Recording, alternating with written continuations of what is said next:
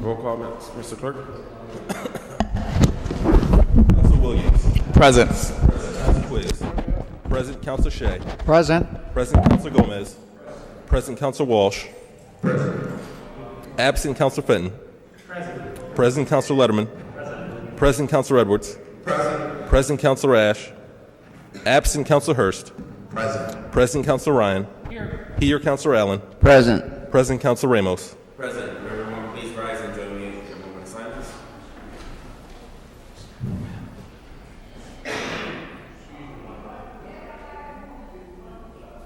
Please remain standing for the Pledge of Allegiance. I pledge allegiance to the flag of the United States of America and to the republic for which it stands, one nation, under God, indivisible, with liberty and justice for all. All right, before we begin our hearings meeting, just a couple of reminders. I was reminded to remind councilors to turn on your microphones when you're speaking, turn them off when you're not speaking. Everyone, if you can put your cell phones on silent or vibrate mode, that would be greatly appreciated. Item number 1, Mr. Clerk. Item number 1 is a report and recommendation from the Board of Public Works regarding an application from Comcast to install underground conduit on Fisk Avenue. The recommendation is to approve. Is there anyone here from the... Yep. Would you like to tell us what this is? I'm Hector Bella from DPW. That's a petition to a new service for a company that is in Fisk Avenue. They're going to cross from the other side of the sidewalk across Fisk Avenue to the business. Council Gomez. Is this business Sunbelt Rentals? Yes. Sunbelt Rentals? Yes. Any other questions? Seeing none, all in favor of accepting the petition, say aye. Aye. Opposed? The ayes have it. Thank you. Item number 2, Mr. Clerk. Item number 2 is a hearing is a hearing on an amendment to the zoning ordinance to establish a temporary moratorium on marijuana establishments. Mr. Clerk, I know that this matter was sent to committee. Did we never closed the public hearing on this, correct? That is correct. All right. Council Gomez? Just to give a brief overview before we get to the Department of Planning, we held a meeting about a month ago, and the subcommittee unanimously took a vote to recommend that we extend the moratorium to September 30th. Majority of the council was there. Councilor Marcus Williams, Councilor Liederman, President Ramos, you were there, Councilor Walsh, Councilor Allen, Councilor Ryan, and also Councilor Fenton. We were also, legal was there, so we had our city solicitor was at the meeting. We spoke about different matters on trying to understand what was the length of time that planning kind of needed to be able to assess with all the dates coming right back to back from March 15th to April 1st and then to June 1st to July 1st. They thought that 6 months was adequate to create and craft an ordinance that would better serve the residents of Springfield. So on September 30th, by that time, we are going to be holding update meetings in the Subcommittee of Economic Development. But that's it for right now. I'll just give it to Phil to finish. Hi, good evening. Phil Dromey, Deputy Director of Planning for the Office of Planning and Economic Development. I'm here tonight again to hopefully get a positive vote for the proposed moratorium on the adult marijuana establishments. As I indicated previously, moratoriums are a tool that are used to provide kind of quote-unquote a timeout for new uses that come into existence that weren't anticipated under the existing zoning ordinance. In the past, we used them when cell towers started coming out, digital billboards. We also had one in place when medical marijuana originally came out. So again, this is what does is just put a prohibition on these uses until we can draft new regulations. The largest reason for the delay up till now is waiting for the state regulations to be finalized and approved, which was done, I think, 2 weeks or so ago. So now those are in place. We get a better idea of those regulations. Just to give the council an update, I did submit an application to the Pioneer Valley Planning Commission to request a technical assistant grant with them. That was approved. PVPC was waiting for finalized funding, but I have heard from them today. We are setting up a meeting for, I think, early next week or early the following week. What they're hoping to do is set up a committee of a number of surrounding communities and sit down and start looking at model regulations that can be used. It's my understanding that the planner over there has already done a bit of research, as has Tashina, on kind of ordinances that are already in place. So hopefully within the next week or two, we'll sit down and start drafting regulations, at least proposed regulations. You know, obviously, when we have kind of more of a handle on a model ordinance, we will be back to the City Council to provide updates and input on, ever since the state regulations have been passed, I've probably gotten 10 to 12 to 13 phone calls from folks looking to open. So my response to them is it's tough to have these conversations, specifically when we're talking around locations. You know, I have a location where I want to open, and to me, it's tough to have those conversations before we even decide what zone they're going to be allowed in and how many feet they're going to be away. If similar to the medical marijuana, it was written that you had to be located in an industrial area, you had to be 500 feet away from a school, residents, churches,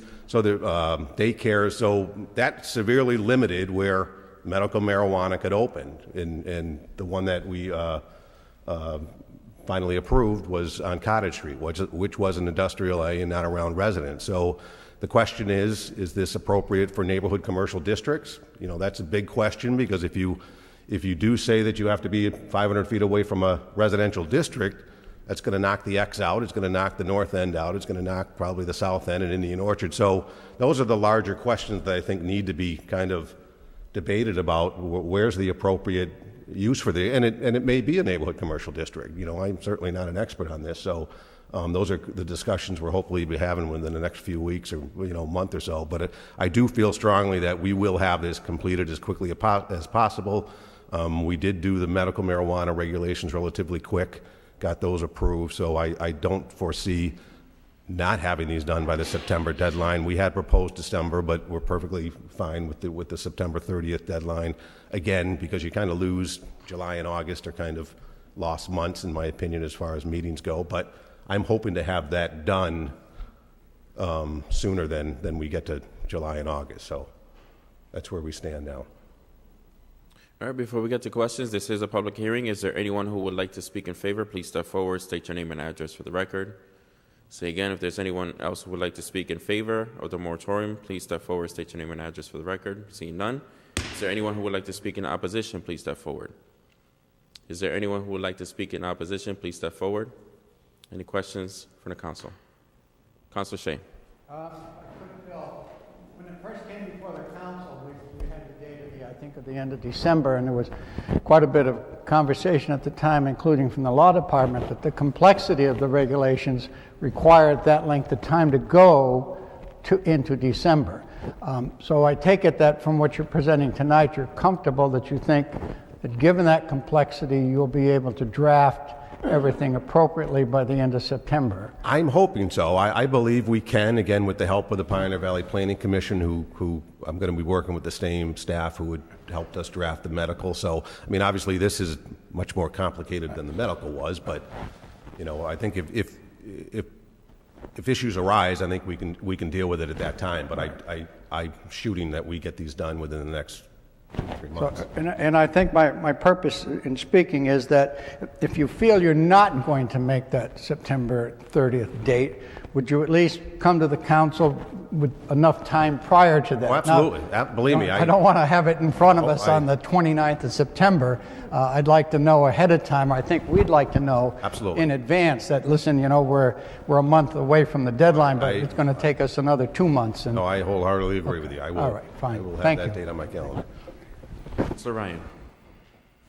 Phil, just in your remarks, you seem to indicate that you'd have some kind of draft work product maybe later in the spring. That's my goal. I mean, what we're hoping to do is draft what we did last time was Pioneer Valley Planning Commission, with input from communities, drafted a set of model regulations that could then be tweaked to specifically address, Springfield's. But would it be reasonable to expect that the planning department would have something for us, say, the middle of June to look at, and then we could spend the next 2 to 3 months to figure it out as a group and with the city as a whole? Or? That's my goal, yes. Okay. My goal is to work quickly with Pioneer Valley Planning Commission and get a set before you guys as quickly as we can. Great. Thank you. Because again, I do think those conversations about where they're going to go certainly need to take place. Councilor Allen.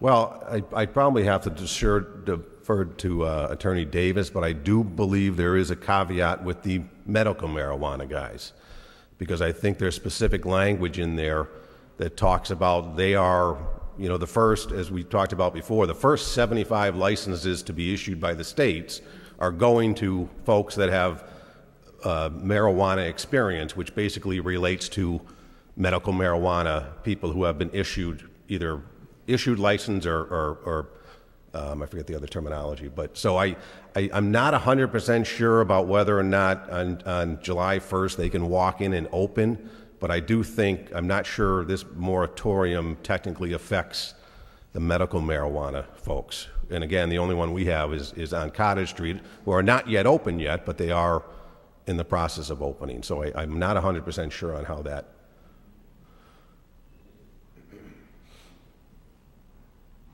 The moratorium would impact the medical marijuana treatment centers.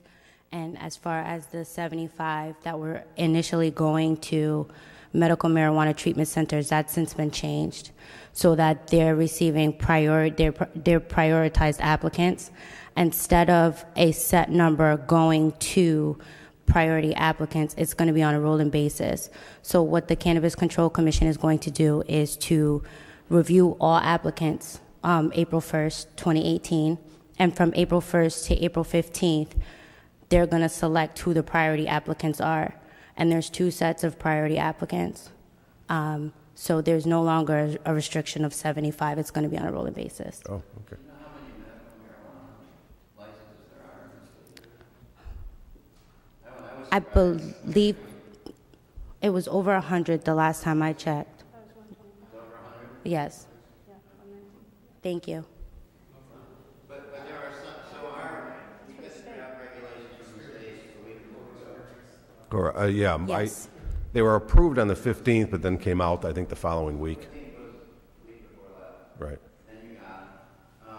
But are there some other parts of the bill that need, so we don't know where it's going to be sold and grown and things of that nature that are going to be in the ordinance, but the use of medical marijuana, recreational marijuana, can it be, this doesn't. Oh yeah, this does not affect personal use whatsoever. This is strictly retail and growing operations, but it would not stop an individual from growing their marijuana at their house and using it on a personal basis. You could not.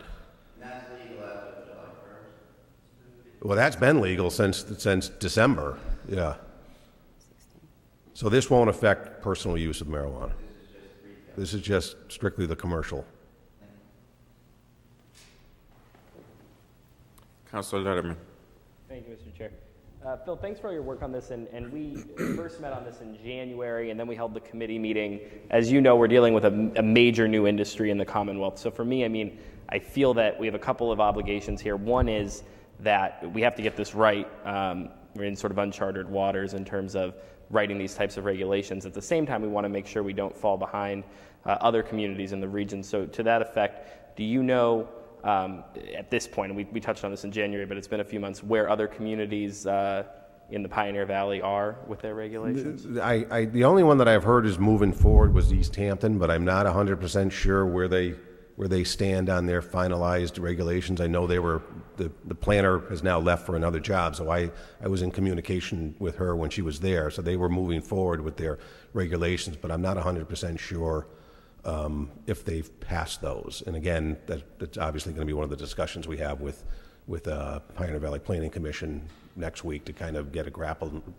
of an understanding of what everybody else is kind of doing. Certainly. And then, Attorney Davis, you said at this point now, this moratorium, in terms of medical facilities attempting to transfer their licenses to recreational, this would affect that? Yes. So, so our facility in Springfield that's set to open under this moratorium would not be able to? No, because we have the moratorium, the state, the CCC, the Cannabis Control Commission, will notify the city first and ask us if they're in compliance, and because we have a moratorium, they would not be in compliance. So they Well, would recreational, though, not their medical. just they could. right, Yeah. just recreational. Correct. And is that a change from before? Because I felt like before we had some concerns that they would be able to obtain a license before anybody. No, I don't believe that's a change. Okay.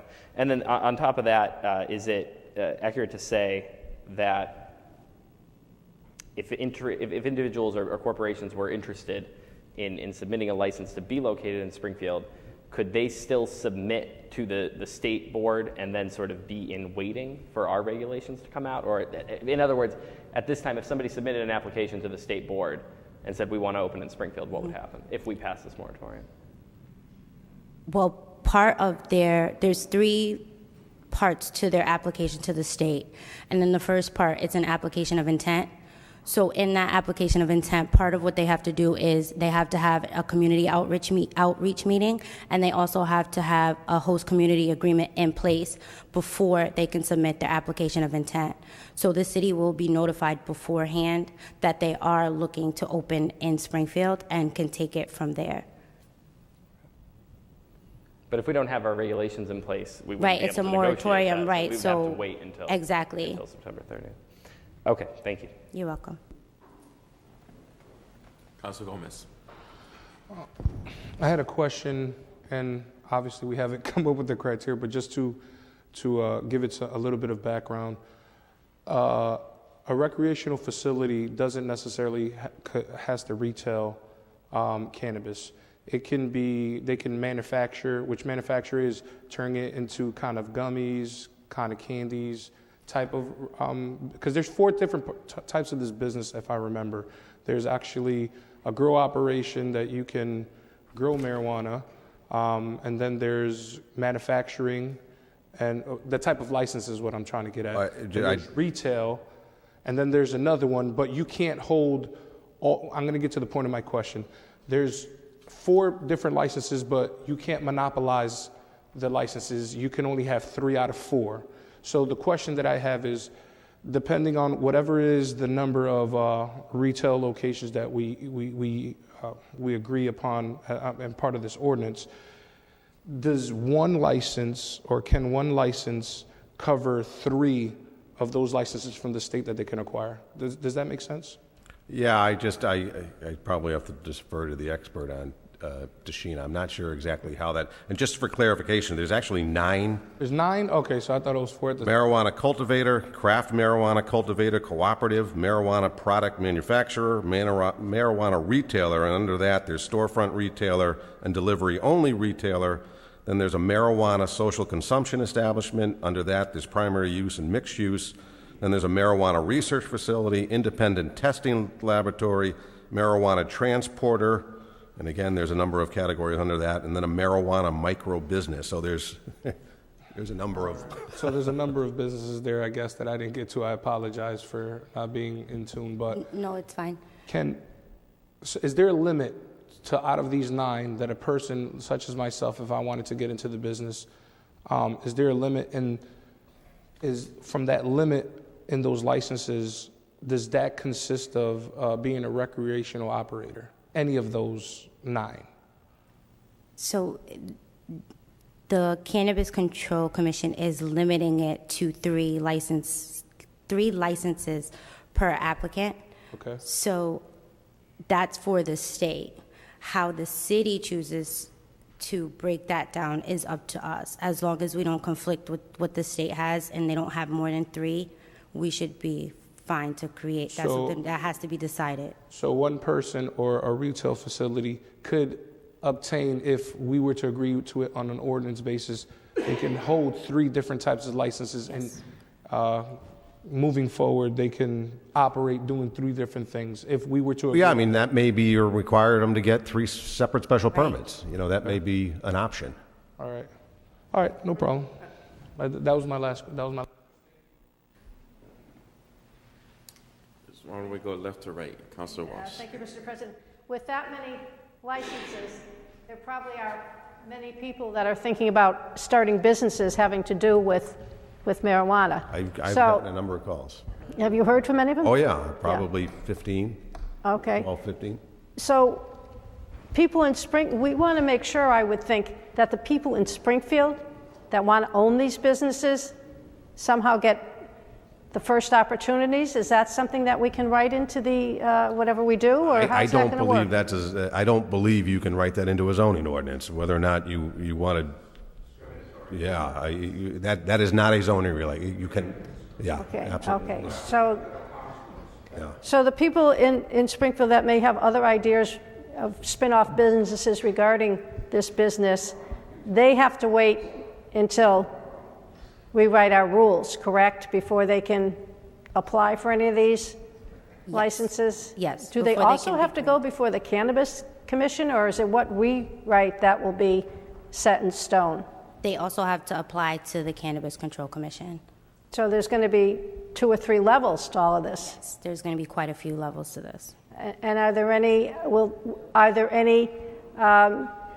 disqualifications for people who want to go into this kind of business, or do we wait and see who applies?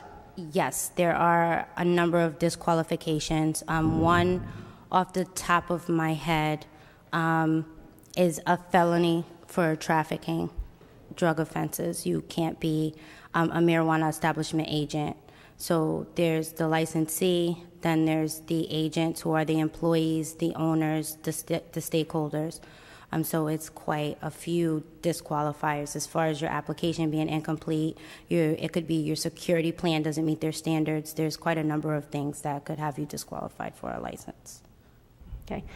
There was an article in today's paper about collecting the cash for these businesses. Is that something we're also going to get involved in? Because it doesn't seem like there's a mechanism to really do that. I mean, that's certainly not going to be a zoning issue. I mean, as it stands today, this is a primarily cash business because you're not able to use, federal banks. I mean, it's still against federal law, so that makes it a quirky business. Well, that's kind of tricky.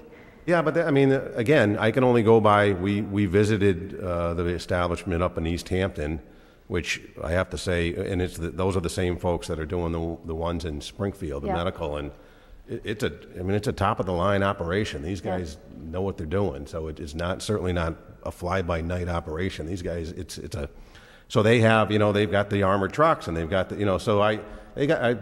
until they can start using banks, I think they have a handle on it. And even to get in, you got to get buzzed in the front door, then you got to get buzzed in the second door. There's numerous cameras all over the facility. So and most of these establishments hire top-notch security folks. So I think they've got a pretty good handle on it. They would have to, yeah. But the money that they collect can't go into a bank that has FDIC? I don't believe so. So what they do with it, I don't know, but yeah. I think there is one bank that they're able to use still, and I can't remember the name. I think there is one bank that does accept these transactions. That's going to create some interesting scenarios. Thank you. Councilor Twiggs. There'll be a lot of mattresses. I just wanted to make certain, in terms of locating the site, you indicated that for medical marijuana facility, that it had to be 500 feet away from a school, from a daycare center, from a church, so that. Now, the same kind of regulations I would imagine for whole for recreation. Well, that's certainly the discussions we're going to have. I'm not 100% sure, because again, doing that does, because Springfield's an older city, it does significantly restrict where uses can go. If that's, for instance, I'm just going to use the guy at the X, Potco. He is probably not going to be able to be open there because he's within 500 feet of the old, I forget the new charter school, the whole Holy Name School. And that's a state regulation that you can't be within 500 feet. So I'm not sure he's aware of that, but so So again, I think those are the discussions we need to have about whether or not we're going to restrict that. Because if you say, Let's assume that that is just for discussion purposes.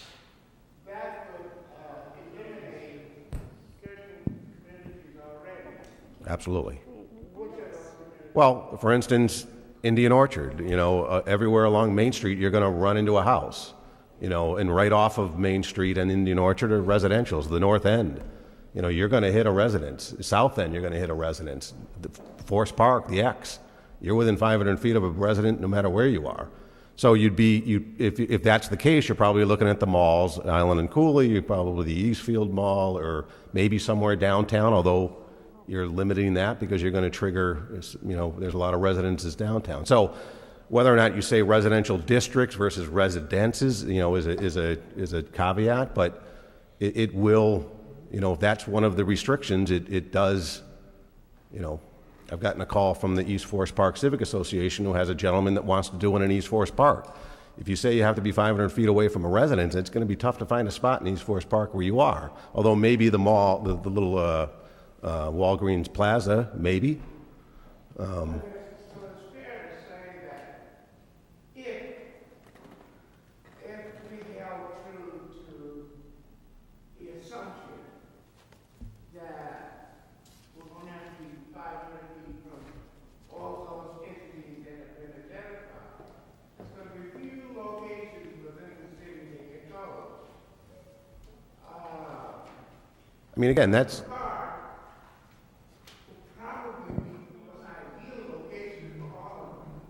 Excuse me? Well, yeah, I mean, that's obviously, you don't have to worry about a lot of those things over there, although there are a few churches in there. But again, whether it's 500 feet, whether it's 300, I don't know that without kind of sitting down and discussing it, but it is a discussion that needs to be had. Right. I'm trying to figure out if we're going to have one in my neighborhood, I mean, I've already gotten, walk to it. They can deliver too, I think so. But I've already gotten calls from neighborhoods who are already concerned that they want to have input in where these go. So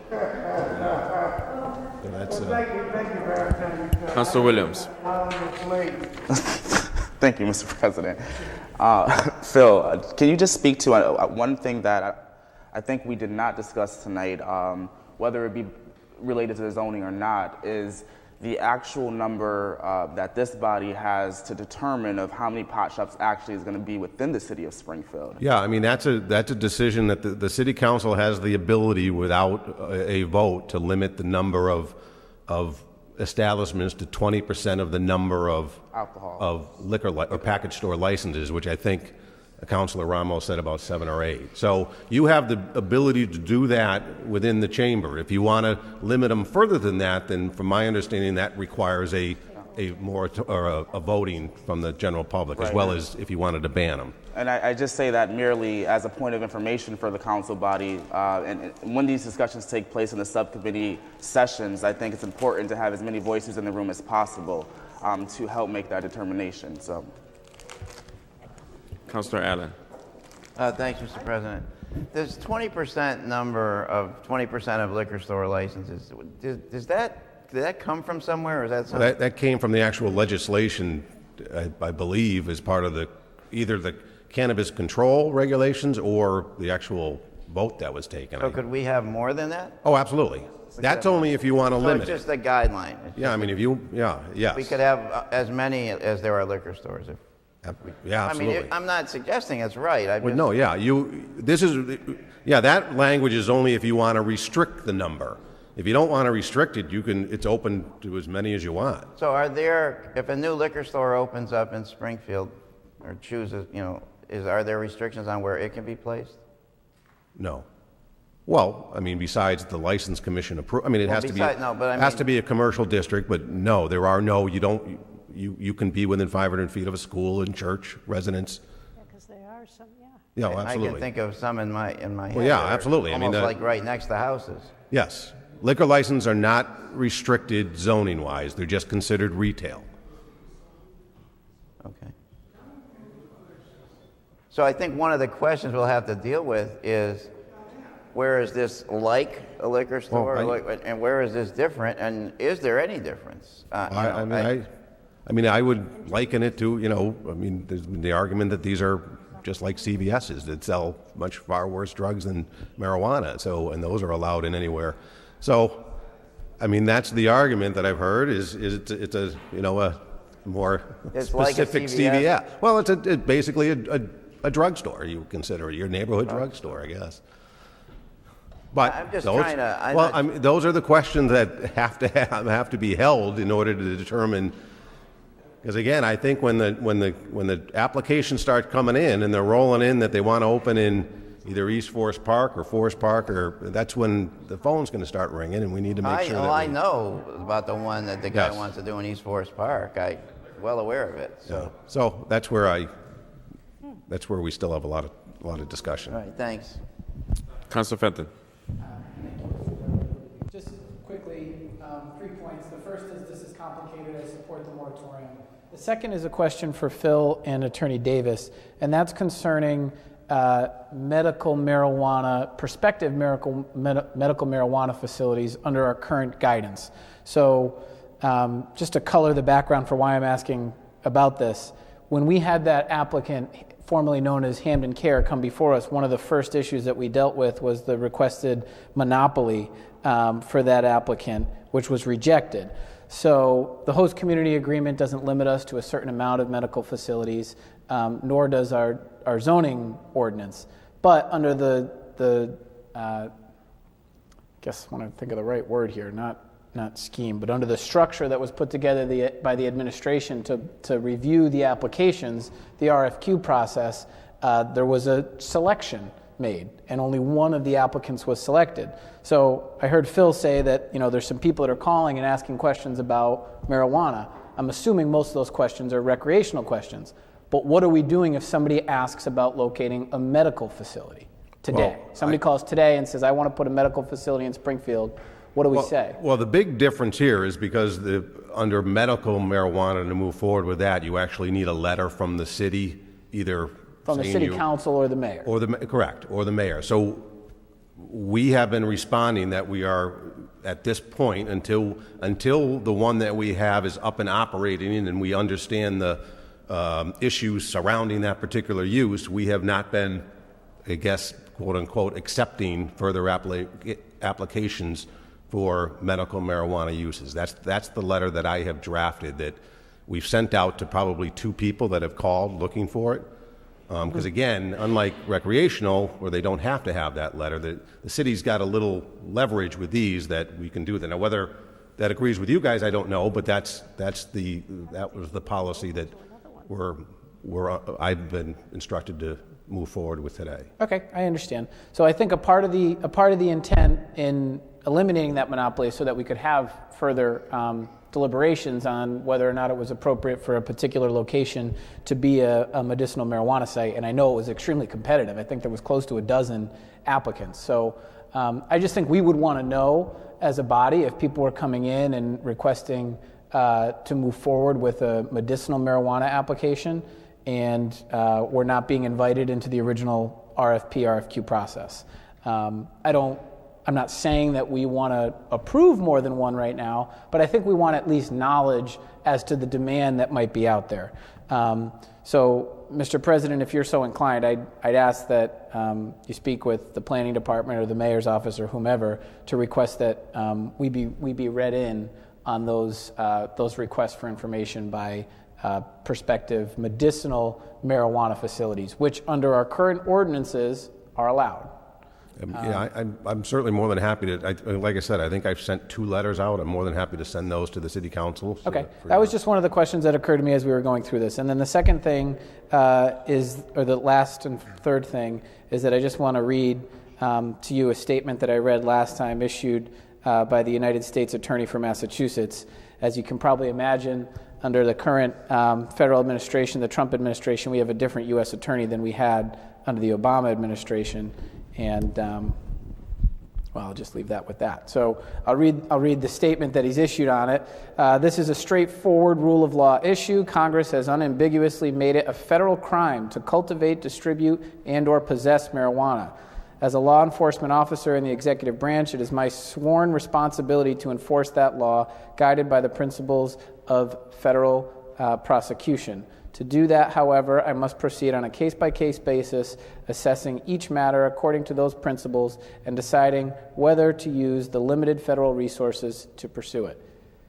We're going to have to deal with that at some point. When we do get through this moratorium and Phil comes up here with a proposal to us about recreation, this is not the kind of statements we were getting from the previous United States Attorney, Ms. Ortiz. This is a very different line from the federal government than the one when we last codified our ordinances on medicinal, and I think we'd be foolish not to take it into serious consideration at the appropriate time. Great. Any other questions or comments? Before I close the public hearing, are there any final questions for the council? Seeing none, I will now close the public hearing. Final comments? Oh, thank you. Am I still allowed to ask Phil a question? Is that appropriate? Sure, go ahead. Thank you. So, Phil, just to wrap it up before we take this vote, we're going to pass a moratorium. If we pass a moratorium, you're going to take the next 6 months, 5 to 6 months, to begin drafting the regulations. You expect to have some regulations for us to review around June.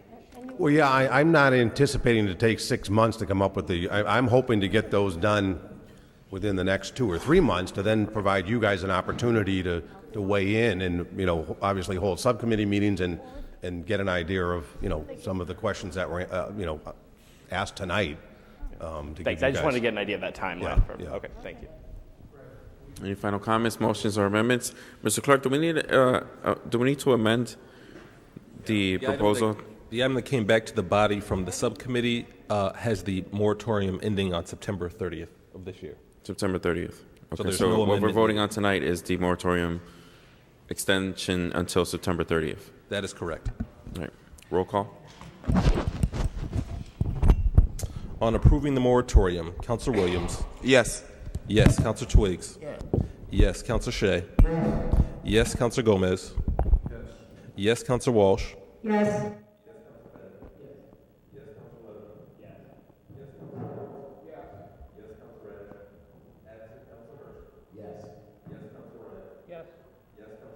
Yes.